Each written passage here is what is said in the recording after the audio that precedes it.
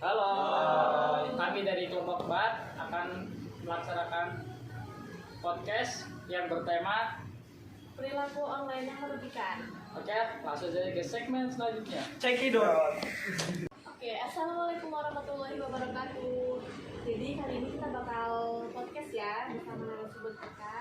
Ada Mas Noval, ada Mbak Nadia dan Mas Haikal. Jadi kita bakal bahas tentang perilaku online yang merugikan. Di Indonesia ini kan sudah marak ya dunia digital. Kalau menurut pandangan Mbak Anissa itu dunia digital di masa kini itu gimana Mbak? Dunia digital masa kini itu apa ya? Berhubungan ini dunia digital berhubungan erat dengan modernisasi yang terjadi saat ini dan berhubungan dengan perangkat yang ada di dalamnya sekaligus sebagai wadah manusia dalam melakukan suatu kegiatan.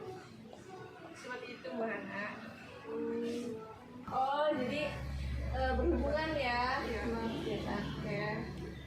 Kalau menurut Mas Noval, apa sih dampak positif dari dunia digital sekarang ini? Apa ada dampak positifnya apa enggak sih? Banyak sih sebenarnya, kayak buat tugas-tugas kita, pekerjaan atau yang lain-lain sangat membantu ya. Apalagi tentang bidang-bidang teknologi itu sangat membantu. Contohnya apa sih Mas? Kalau kayak positifnya di kayak kehidupan kita sehari-hari loh, sebagai mahasiswa mungkin ada dampaknya.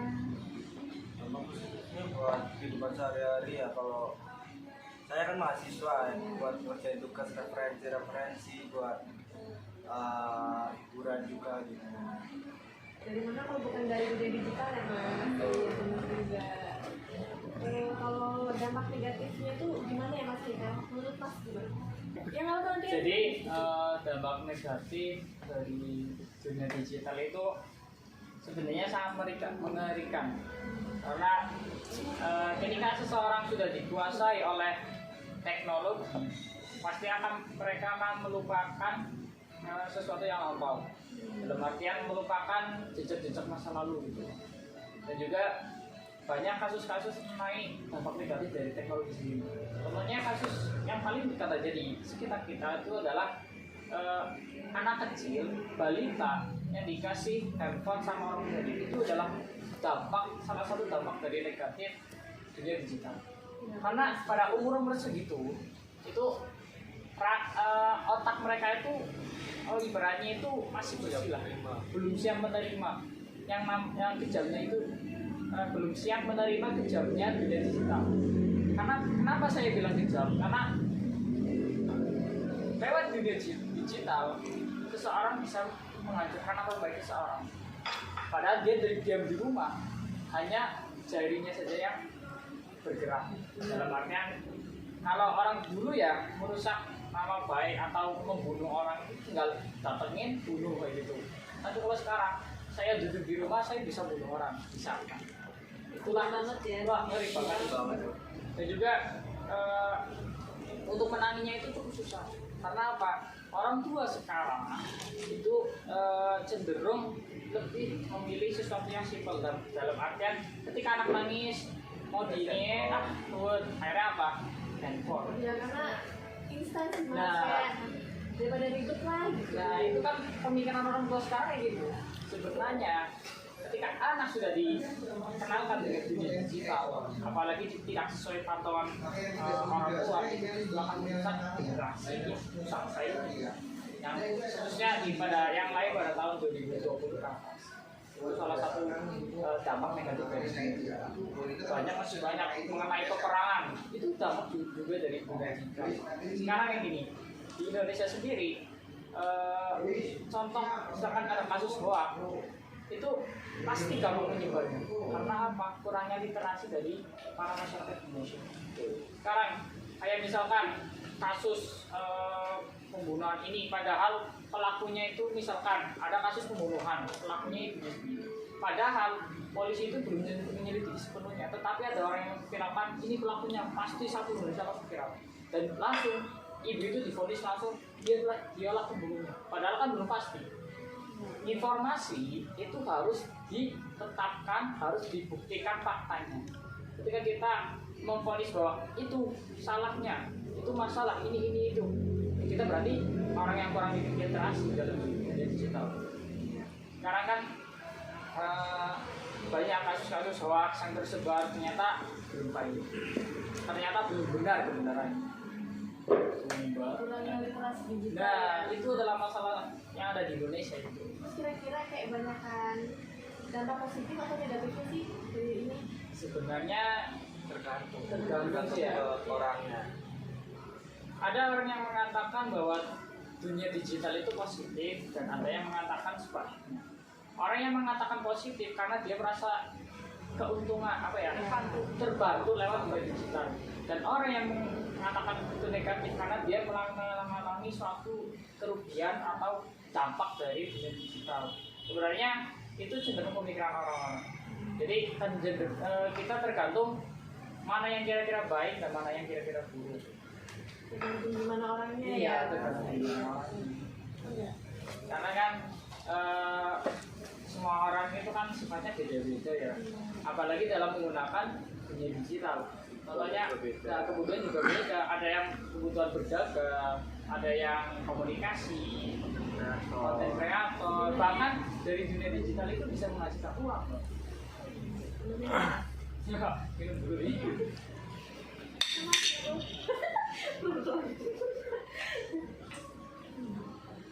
Udah ada nih, ya di sini. Silakan Mbak Ana mau tanya apa lagi? Apa enggak? Sama mau dikasih. Iya, apa enggak?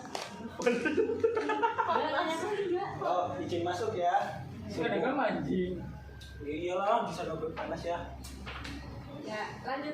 Lanjut aja nih, kan tentang podcast kita ini udah selesai. Jadi kita diskusi baik. Ya. Diskusi soal Bareng-bareng dari ya. materi Bu Hatipa. Ya. Ya, buat Bu Hatipa nanti yang lihat ini, hai. Jangan lupa subscribe ya. Ini materi kemarin Bu Hatipa sih kayak gimana aja? Perilaku online yang merugikan, kira-kira gimana tuh? Saya perilaku online yang merugikan.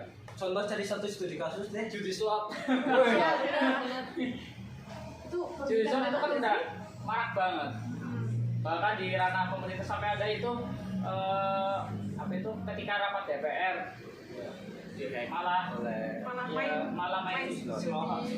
Itu kan sebenarnya ya tidak tidak pantas. ada fantasi. Itu kan sebenarnya DPR itu kan wakil rakyat lah ya. Kok jadi DPR? Studi kasusnya itu apa namanya? Judi slot. Merugikan sih itu, tapi kan itu merugikan diri sendiri. Dan kalau judi itu sih ya, yang namanya judi itu bisa jadi kita untung, bisa jadi kita rugi. Tapi itu bodohan bukan bodohan. Ya motor. Bodohan kan? Sebenarnya sistem judi slot itu saya pernah lihat di salah satu podcastnya Bang Densu. Itu dia itu mengundang intinya pakar lah. Sebenarnya mereka itu gini, ibaratnya saya punya judi slot, kamu masuk, nanti saya kasih keuntungan Iya, benar. ke ini beberapa kali sampai dia itu kayak ketagihan. Habis itu langsung ditarik, ibaratnya keuntungannya itu dikasihkan orang lain. Jadi itu ya sebenarnya Mainan ya. sudah diatur. Jadi yang kaya bandarnya nggak sih? Ya, itu salah satu kan dampak dari Terus ada lagi kayak bully di Nah. media sosial, contohnya gitu kan. Itu juga merugikan banget kan? Iya. Apalagi sampai ada kasus bunuh diri gitu kan. Wah. Oh iya, kalau dengar kasus bunuh diri ini ya, kita dengar kan yang kemarin yang viral kayak Unes ya? Itu bunuh diri. Itu kasusnya itu kita kan sebagai generasi Gen Z ya, Gen Z, bukan Gen Z Gen Z kita. Iya, kita tuh ketika kita mendapatkan informasi sesuatu dari digital, kita harus langsung percaya atau gimana sih? Apakah ada tata etika dalam bermedia literasi seperti itu atau gimana? Ada. Harus di dulu nggak sih Jualan cari Sebenarnya kebenarannya. kita harus saring dulu sih. Iya. Sharing sebelum sharing ya teman-teman. Kan misalkan ada misalkan kan itu yang kasus kemarin sih yang bunuh diri itu ya, Dan ada yang mengatakan bahwa kampusnya kok nggak tanggung jawab, ketika kita sebenarnya nggak tahu pasti. nggak tahu pasti sebenarnya gimana sih kasusnya, itu motifnya apa, terus alasannya itu apa, penyebabnya, dan juga pertanggungjawabannya itu seperti apa gitu kan, kita belum dari informasinya. Kayak contoh kasus di salah satu universitas Islam di Semarang, saya samakan namanya. Itu tuh ada kan, kalian pasti pernah dengar yang namanya makanan basi. Iya nggak? Sebenarnya ketika saya tanya kepada mahasiswa yang ada di sana, itu ternyata makanannya itu sebenarnya tidak basi. Itu hanya ketika kan kalian pernah kan misalkan kayak nasi panas terus langsung ditutup sama pasti kan bau ya. Nah, dan juga anak tersebut itu belum pernah mondok. Ya mungkin anak tersebut latar belakangnya buah lah.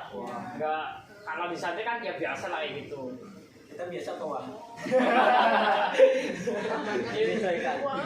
Kalau ya mungkin latar belakangnya itu akhirnya mereka buat video tentang pengeluar ini. Ternyata buktinya ya itu sama saja menjelek-jelekan salah satu lembaga ini. Sebenarnya itu bukan basi, cuma kayak mungkin kelalaian atau apa ya, namanya manusia biasa. Nah, sebenarnya Langsung nyerang unitnya. ya itu kasusnya. Itu adalah Tapi jangan langsung ke unik ya. jadi makanya kan kita harus pintar cari informasi. Ini dunia digital bro, bukan dunia masa lampau atau masa zaman batu.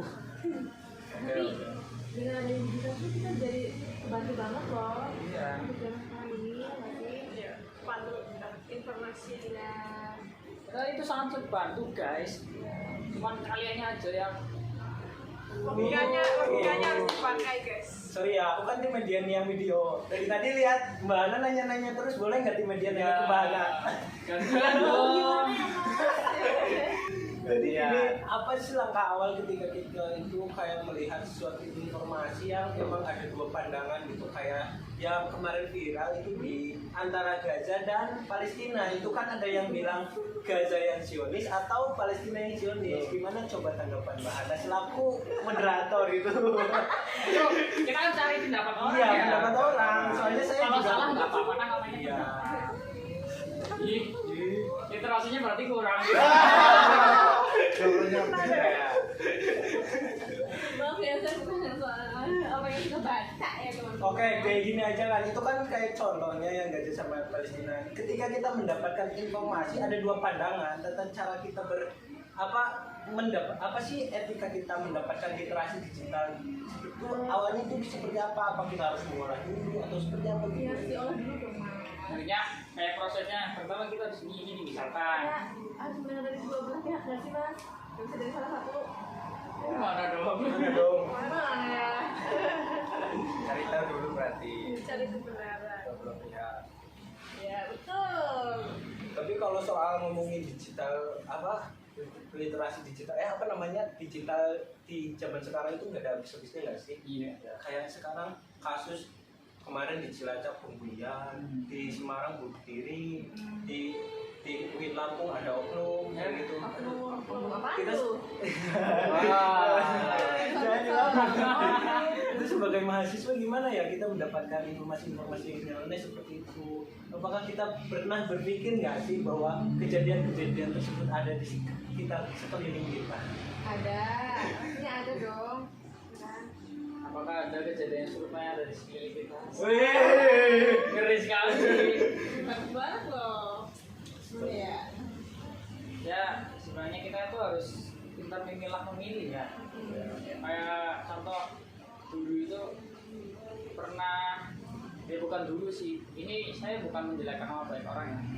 Kemarin yang viral itu, Wah, siapa tuh yang share ya? Siapa yang itu kan banyak ya, belum tentu pasti ya.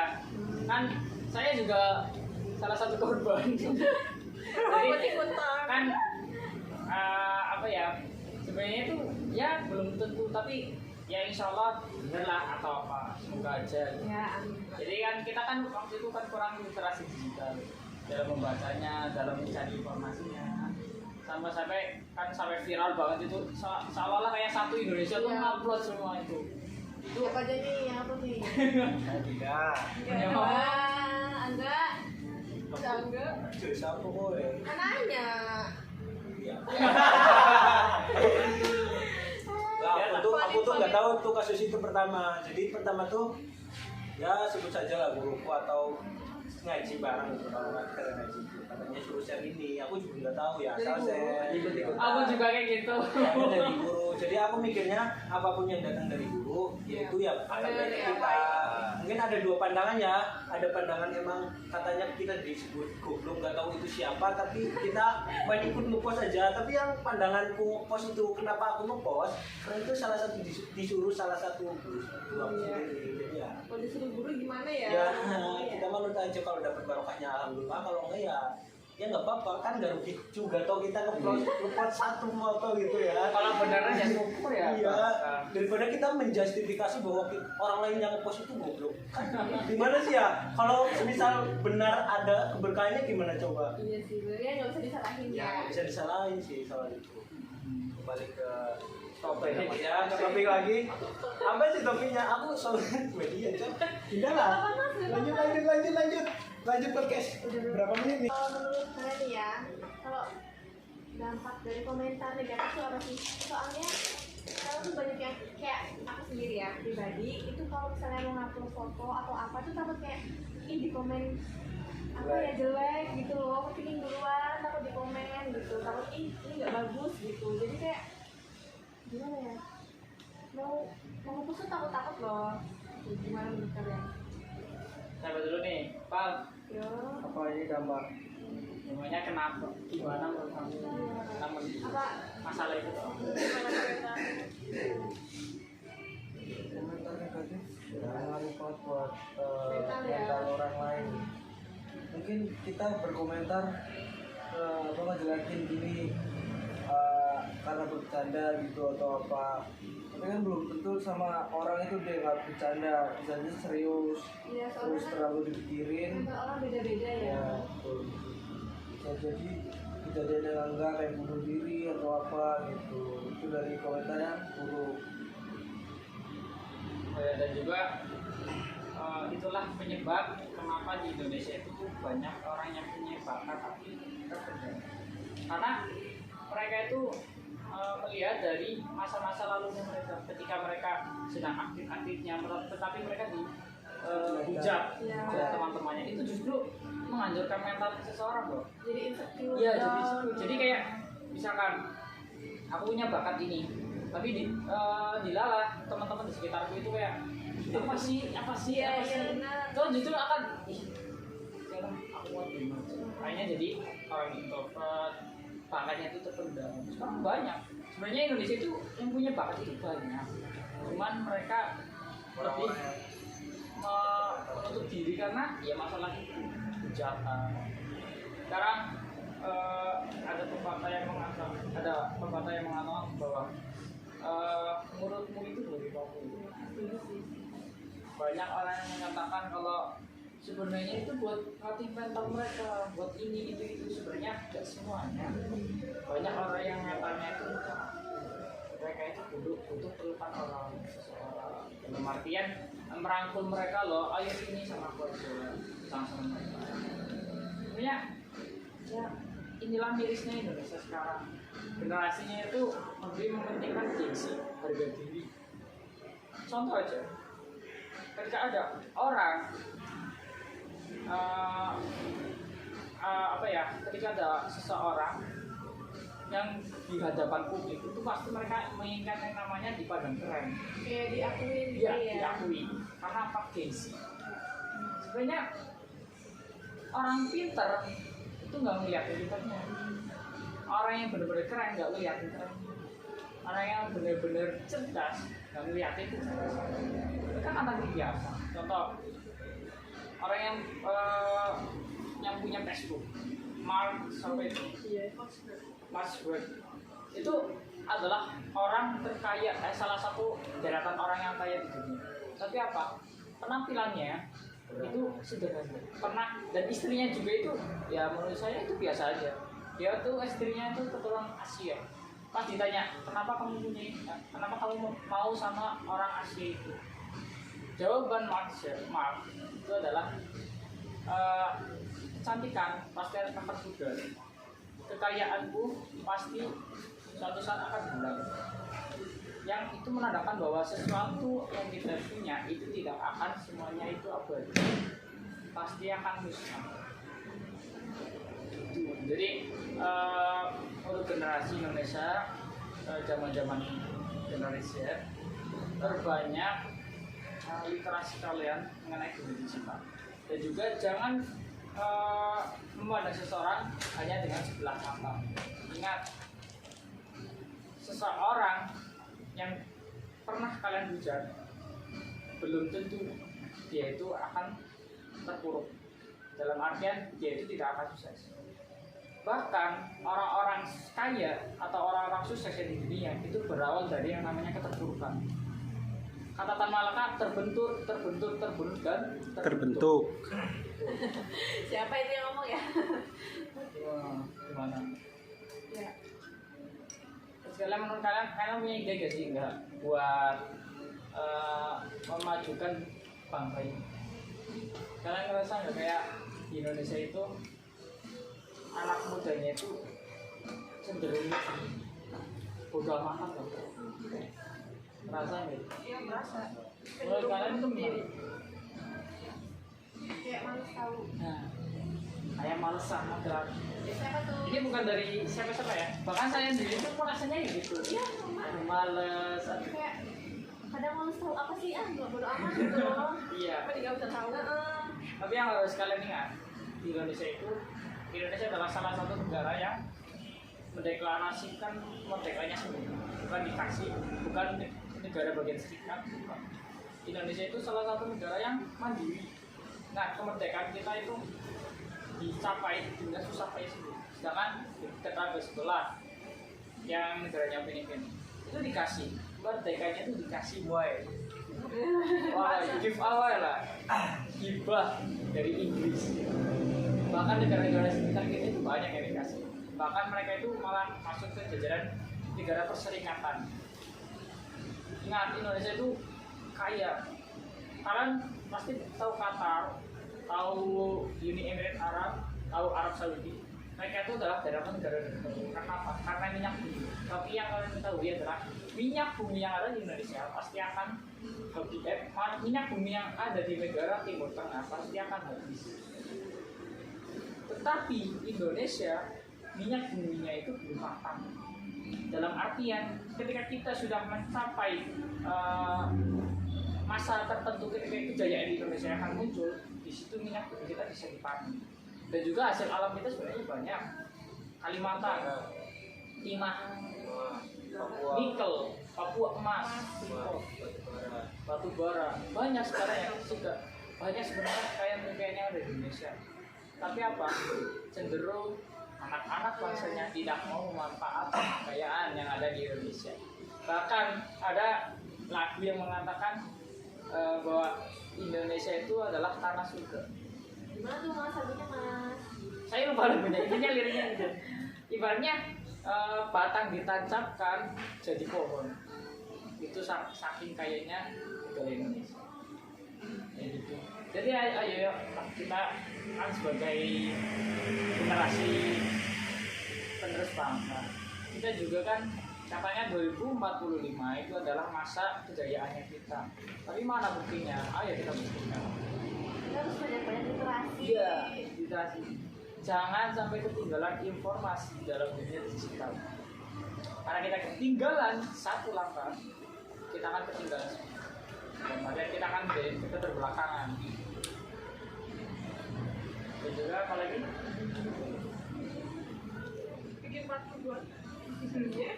dan juga ingat tahun 2024 itu kan ada namanya pemilihan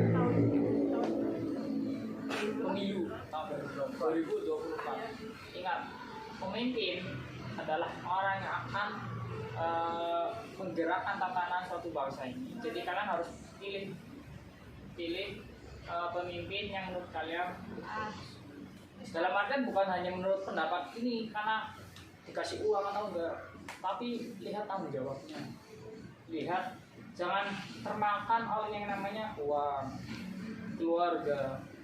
Pilihanmu itu yang menentukan bangsamu sendiri. Jika kamu lalai dalam memilih, jika kalian lalai dalam memilih pemimpin, jangan salahkan bangsa ini ketika keterpurukan Belanda. Oh jadi aku yang kayak moderator ya. Buat penutupnya Tentang kurangnya literasi itu Gua masuk lagi aja dah. harusnya diterapkan dari sejak kecil lah sih, kayak mulai informasi. Iya, sebenarnya harus kita kecil gitu. Kalau bisa, setiap orang tua itu dibekali yang namanya ilmu parenting. Halo guys. Ilmu parenting itu adalah ilmu yang mengajarkan tentang pola didik asuh anak. Ada salah satu orang, dia itu S3, tapi nggak kerja apa-apa. Dia cuma jadi ibu rumah. Tetapi apa yang dihasilkan dari S3-nya tersebut, dia mampu mendidik anaknya menjadi anak-anaknya berprestasi. Bukan hanya dianggap benih, tapi di dunia sosialnya juga. Dia tuh pernah menang lomba juara ini itu karena apa? Didikan orang tuanya. Karena makanya itu ilmu parenting itu harus penting ya. diterapkan, penting bagi generasi yang masih balita. Tapi sekarang jarang loh yang kayak gitu. Jarang banget. Jadi gimana kuliah itu penting apa enggak? Kesimpulannya.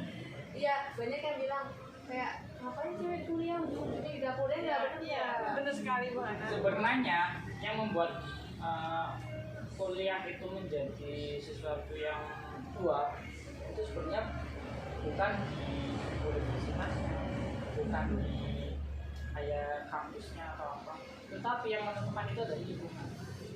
Kita itu dididik buat mandiri, tapi kita sudah dikasih bahan bakunya, tapi kita tidak olah.